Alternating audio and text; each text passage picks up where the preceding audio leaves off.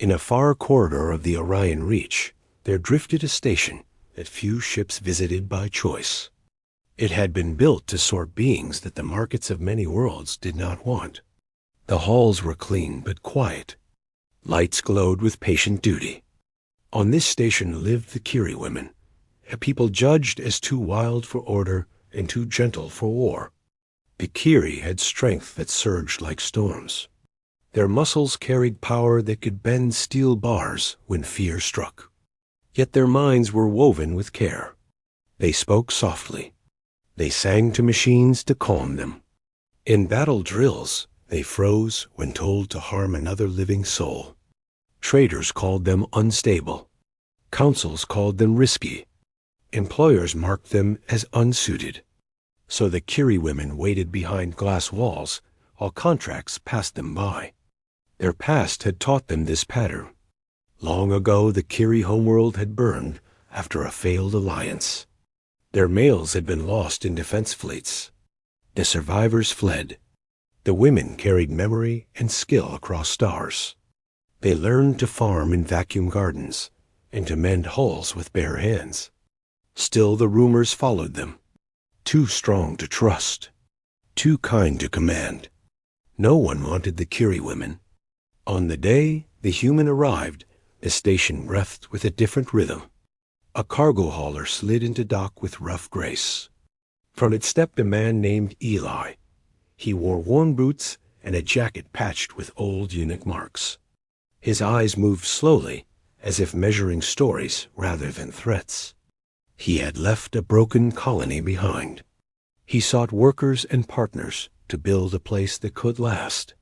Eli walked the corridor past cells and interview rooms. Brokers spoke at him in smooth tones. They praised obedient machines and fierce mercenaries. Eli listened and shook his head. He asked about those not listed. The broker frowned and gestured toward the quiet wing. There, he said, lived a group that no one hired twice. Behind the glass, Eli saw them. Tall figures sat on the floor in a circle.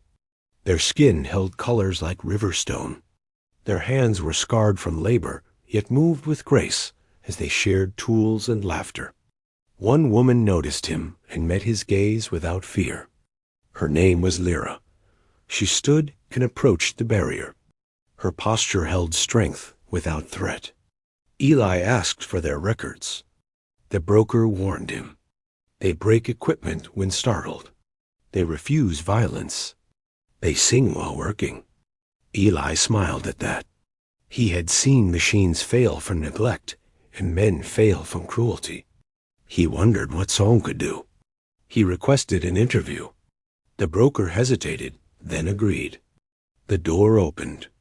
The Kiri women did not rush. They waited. Eli stepped inside and introduced himself. He spoke plainly. He described a frontier moon with thin air and hard soil. He described storms and long nights. He said he needed builders, gardeners, engineers, and neighbors. Lyra asked him why he came to them. Eli answered that he saw value where others saw risk. He said strength guided by care was rare. He said a place built with fear would fall. A place built with trust might stand. The Kiri listened. They asked about safety. They asked about choice. They asked if they would be forced to fight. Eli said no. He said defense would be shared and planned. He said he would rather fix problems early than draw weapons late. They agreed to visit. Contracts were signed with simple terms. Fair pay, shared governance, freedom to leave. The broker shook his head as the human led the group to the dock. The journey took weeks. Along the way, the Kiri learned human habits. Eli learned Kiri songs. When a drive coil rattled, Lyra sang low and steady. The vibration eased. Eli watched in wonder.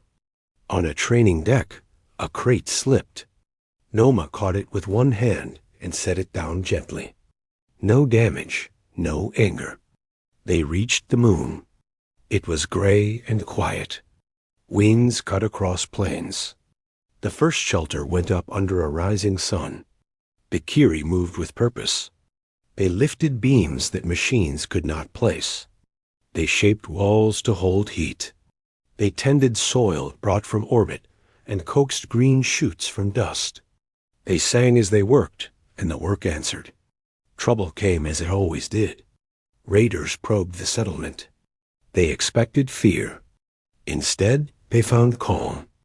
Bikiri stood firm behind barriers they had built with care. Eli spoke through open channels. He offered trade and aid. The raiders mocked him and fired. Bikiri reacted with swift precision. They disarmed weapons and disabled engines without killing. Their strength ended the threat. Their gentleness spared lives. Word spread. A colony that did not burn. A workforce that did not break. Visitors arrived. They saw gardens in thin air and machines humming the song. They saw disputes settled by council, where Kiri voices carried weight. They saw children of many species playing under steady hands.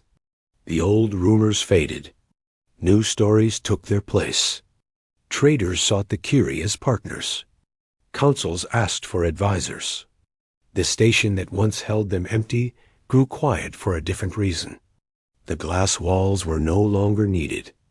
Lyra stood on a ridge one evening with Eli. The moon cast long shadows. She asked him what he saw when he first looked through the glass. He said he saw people waiting to be trusted. He said humans had learned the cost of ignoring such people. The colony endured storms and seasons. It grew not by conquest, but by care.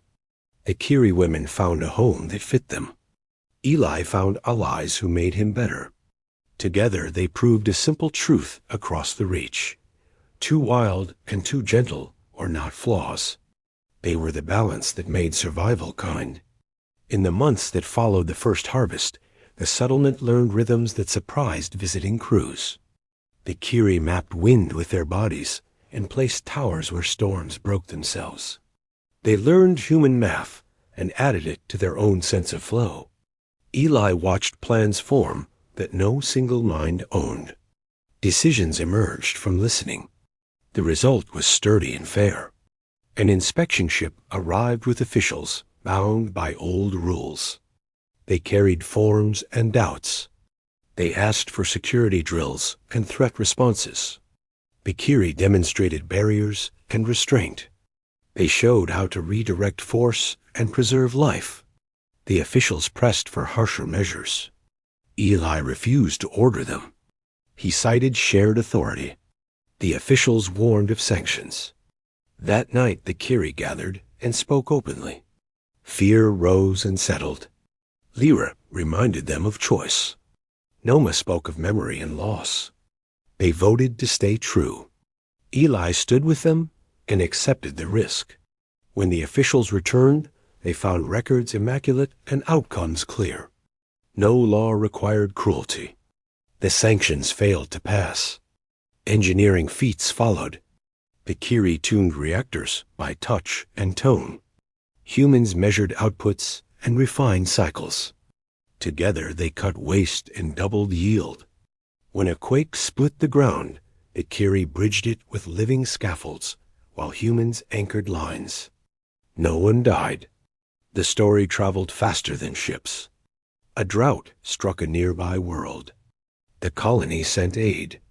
Kiri teams rebuilt wells and taught songs that steadied pumps. Children laughed as water flowed. Gratitude replaced suspicion. The phrase no one wanted began to sound foolish. Eli received offers to sell the colony. He refused. He said value was not a commodity to strip. He said partnership was the wealth. Lyra agreed and added that gentleness needed protection as much as strength needed purpose. Years passed. The station of glass was decommissioned. Its materials became schools and clinics. The Kiri women walked freely through ports that once barred them. Humans pointed to the moon and spoke with pride. They said a human saw value, but many hands made it real. When a new crisis loomed beyond the reach, messages came asking for help. The colony answered with ships and songs. They carried a way of living that healed. In quiet moments, Eli remembered the first corridor and the silence. He was glad it had been broken. The Kiri culture continued to unfold in small acts. They marked seasons with shared meals rather than banners. Stories were traded without ownership. Strength was taught alongside restraint from early age. Humans learned to slow their speech and listen. In return, they shared archives and star charts.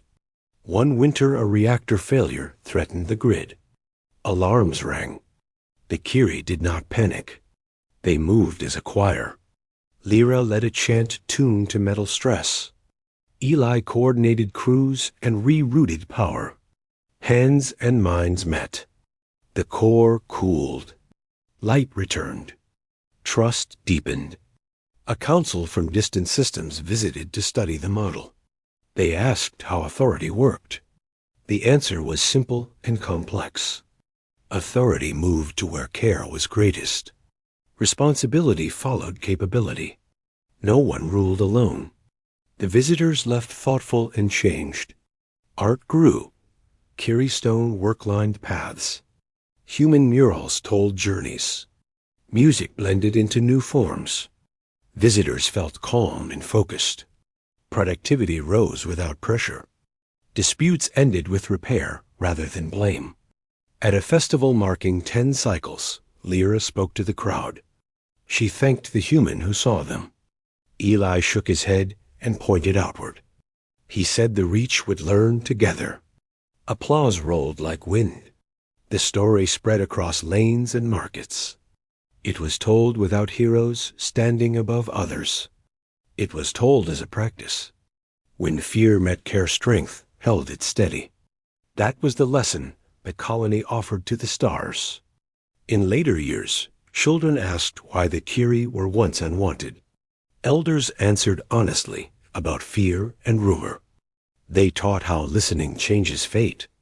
The children practiced with games that rewarded patience and teamwork. Ships came to learn. Some stayed. Some carried seeds of the idea elsewhere. Conflict still existed, but it met a different response. Repair teams launched before fighters. Words preceded force. Outcomes improved. Eli aged. He stepped back from leadership. Others stepped forward, prepared by years of shared work. Lyra remained a guide and friend.